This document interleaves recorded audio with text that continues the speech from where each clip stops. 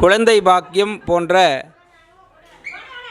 அனைத்து விதமான வரன்களையும் நமது ஆலயத்திலே பரம கருணாமூர்த்தியாக நமது பெரியநாயகி அம்பிகா உடனுரை நாகபரணீஸ்வரர் ஆலயத்திலே ஈஸ்வரனுடைய பெருங்கருணையினாலே பல பேருக்கு நடந்தேறியுள்ளது.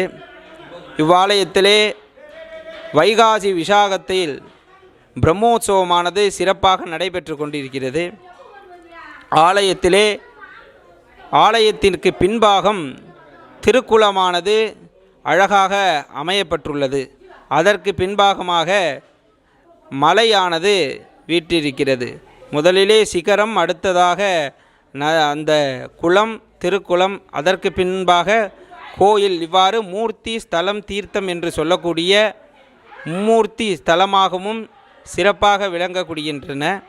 இங்கு அனைத்து விதமான சன்னதிகளும் கொண்டிருக்கின்றது. சிவனுக்குரிய கோஷ்ட தெய்வங்களும் விநாயகர், சுப்பிரமணியர், வனவள்ளி தேவசேனா, மகாலட்சுமி, லலிதா திரிபுர சுந்தரி மற்றும் இங்கு விசேஷமாக சித்திரகுப்தர் மற்றும் சரபேஸ்வரர், பைரவர், நவக்கிரக தேவதைகள் மற்றும் சப்தகன்னி போன்ற பலவிதமான தெய்வங்களை, எண்ணிலடங்கா தெய்வங்களை இவ்வாலயம் கொண்டிருக்கின்றன.